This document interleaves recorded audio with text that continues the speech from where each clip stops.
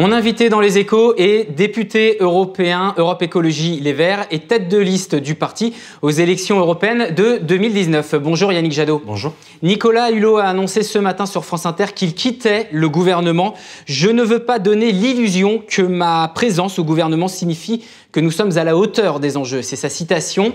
Doit-on parler d'un échec et si oui, à qui la responsabilité? À Emmanuel Macron. Seul?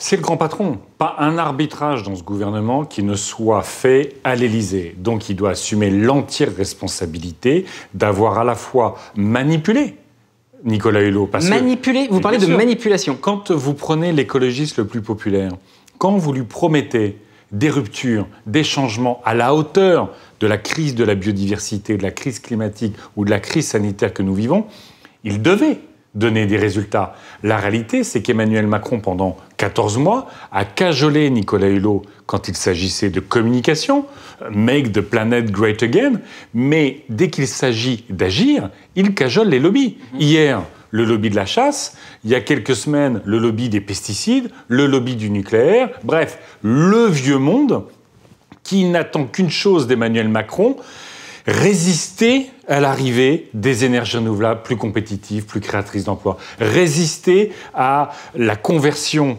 des agriculteurs vers une agriculture paysanne ou une agriculture biologique qui leur garantisse de meilleurs revenus et évidemment la protection de notre santé et de l'environnement. On va revenir sur ces sujets, mais je vous posais la question de la responsabilité parce qu'il y a quelques jours, quelques semaines, seulement Nicolas Hulot appelait à une union sacrée au niveau politique.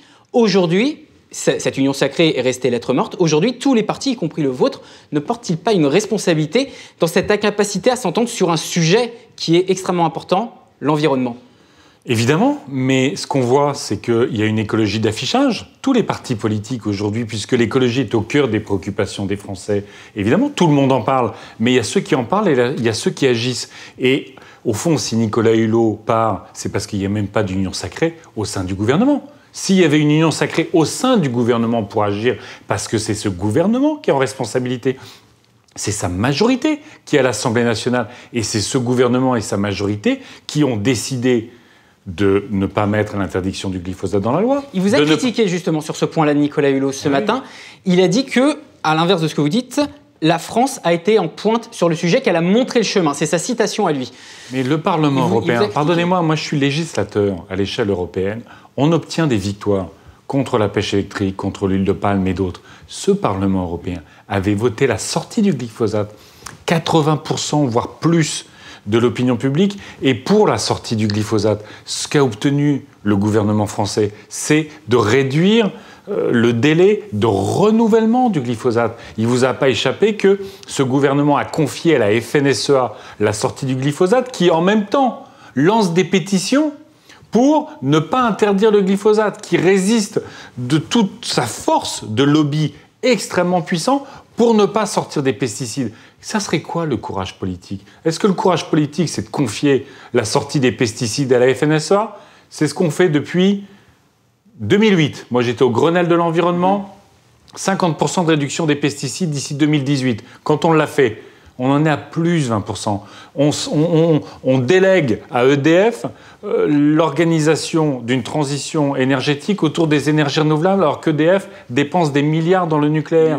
C'est ça la difficulté. Il y a les écologistes qui, à l'échelle locale, dans les collectivités au Parlement européen, se combattent les lobbies, arrachent des décisions, mais les autres partis politiques, ils en parlent, mais ils ne font pas le boulot. Alors justement, Nicolas Hulot, ce matin, a dénoncé notamment justement le poids des lobbies. Vous êtes député européen, c'est notamment à ce niveau-là que se fixe aujourd'hui la PAC, la politique agricole commune.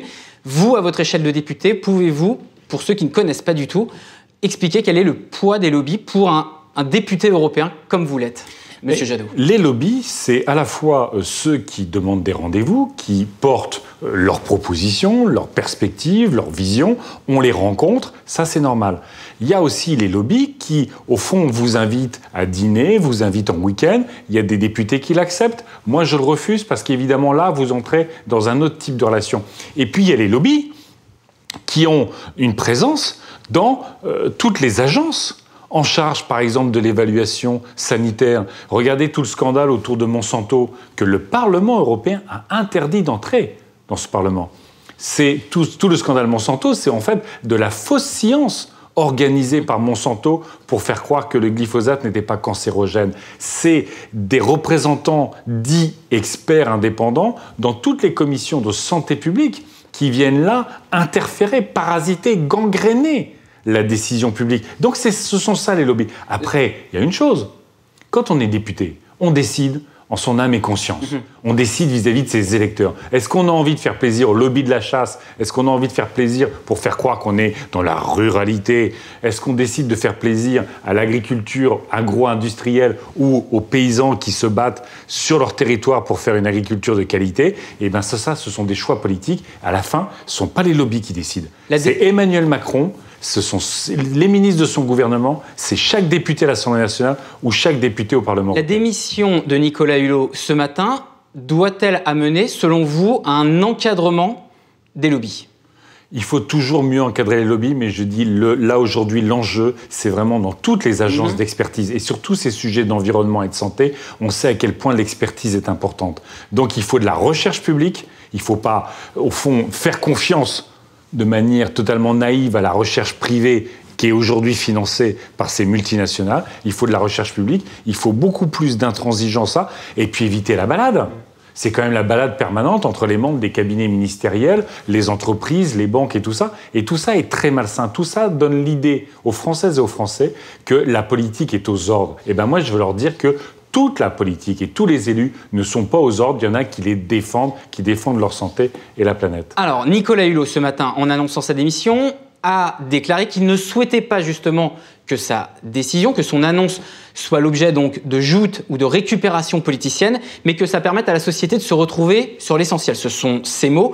Aujourd'hui, si vous ne vous appelleriez pas Yannick Jadot, mais Emmanuel Macron, là maintenant, dans la situation actuelle, vous feriez quoi ? J'essaierai de m'adresser aux Françaises et aux Français en leur disant « je me suis trompé ».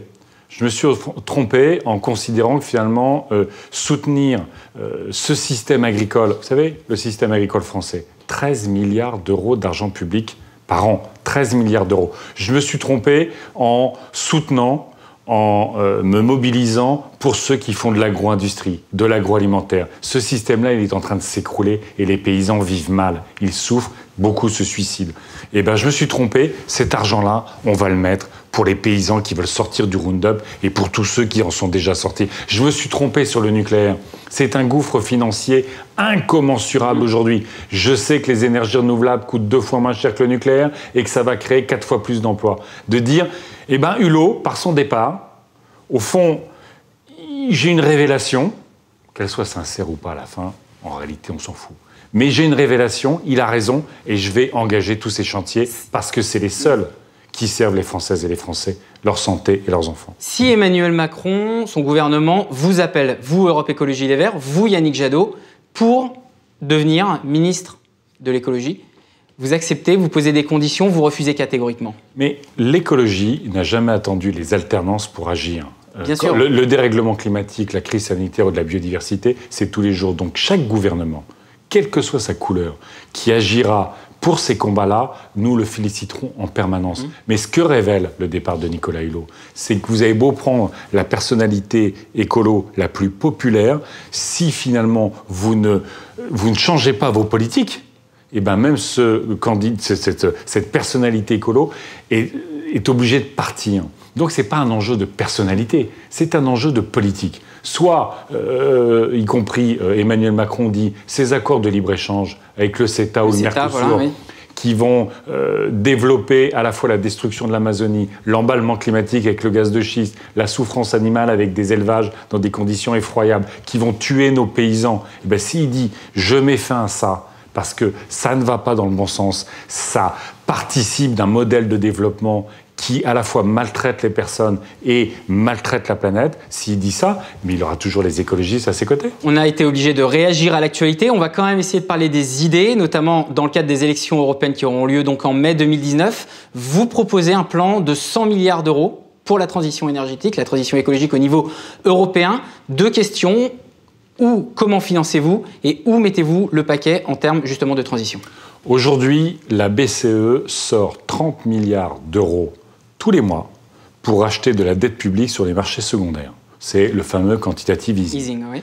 Aujourd'hui, personne ne défend plus ce système parce qu'il ne finance pas l'économie réelle. Donc c'est la BCE qui doit imprimer des billets pour financer... Il sert juste à maintenir les taux bas pour éviter la récession. Et aujourd'hui, ça va essentiellement dans les banques, et notamment dans les banques allemandes. Tout ça est totalement aberrant.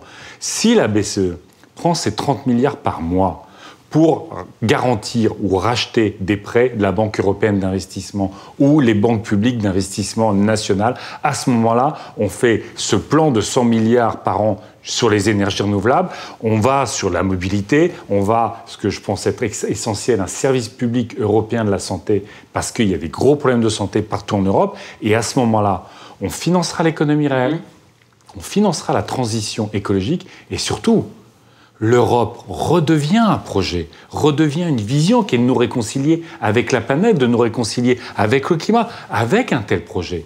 On crée des millions d'emplois partout en Europe. On finance nos centres de recherche. On est sur une industrie extrêmement innovante. Et qu'est-ce qu'attendent les Européens et les Européennes de l'Europe? De l'emploi pour leurs enfants, de l'innovation et un projet qui soit un vrai projet de civilisation. Voilà un bon projet pour l'Europe. Merci Yannick Jadot d'avoir été mon invité dans Les Échos. Je rappelle, député européen d'Europe Écologie Les Verts et tête de liste aux élections européennes de 2019.